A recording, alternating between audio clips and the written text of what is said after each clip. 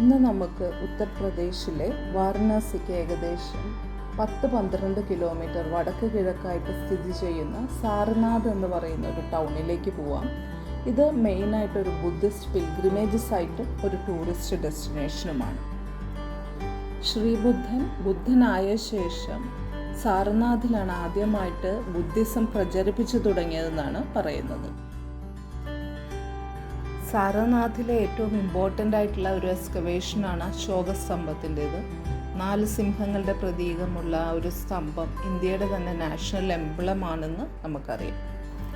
ഈ കാണുന്നതെല്ലാം പുരാതന സാരനാഥ് സിറ്റിയുടെ, അതായത് 6-ാം നൂറ്റാണ്ടിലെ സിറ്റിയുടെ അവശിഷ്ടങ്ങൾ archaeological department of India excavate ചെയ്തത് പ്രദർശിപ്പിച്ചിരിക്കുന്നതാണ് കേട്ടോ.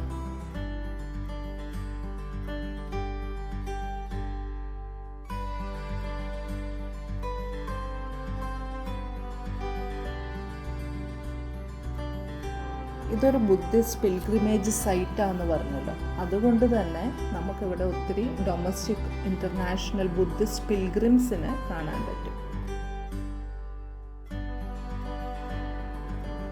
ഇത് ഗമേക് സ്തൂപ. ഇതൊരു മാസീവായിട്ടുള്ള സ്റ്റോൺ സ്ട്രക്ചറാണെന്ന് നമുക്ക് കാണാം. ഇത് 5-ാം നൂറ്റാണ്ടിൽ നിർമ്മിച്ചതാണ്. ഇവിടെയാണ്, ഈ സ്ഥലത്താണ് ശ്രീബുദ്ധൻ ബുദ്ധിസം സ്വീകരിച്ച ശേഷം തൻ്റെ 5 ഡിസൈപ്പിൾസിന് ആദ്യമായിട്ട് ബുദ്ധിസത്തെക്കുറിച്ചുള്ള പ്രബോധനം നടത്തിയതെന്നാണ് പറയപ്പെടുന്നത്.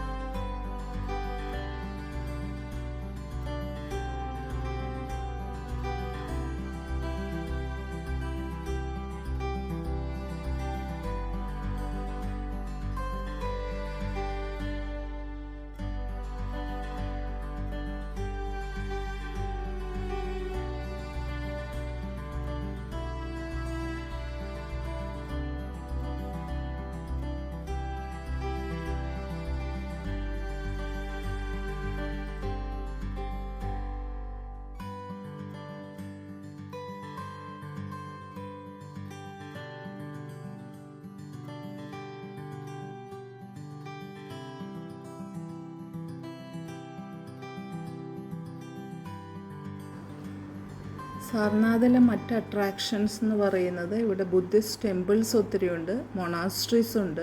പിന്നെ സാരനാഥ് മ്യൂസിയം ഒരു മെയിനായിട്ടുള്ള ഒരു അട്രാക്ഷനാണ്. ഈ മ്യൂസിയത്തിൽ നമുക്ക് അശോകസ്തംഭത്തിൻ്റെ ഒരു മാതൃക വെച്ചിട്ടുണ്ട്. പിന്നെ ഇവിടെ ബുദ്ധൻ്റെ വിവിധ ശൈലികളിലുള്ള പ്രതിമകളും നമുക്ക് കാണാൻ പറ്റും.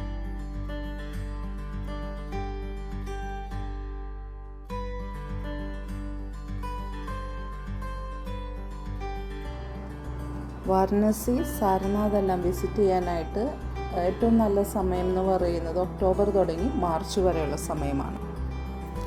വാരണാസിയിൽ താമസിച്ചുകൊണ്ട് നമുക്ക് ഒരു 1 ഡേ ട്രിപ്പായിട്ട് സാരനാഥിൽ പോയിട്ട് വരാം.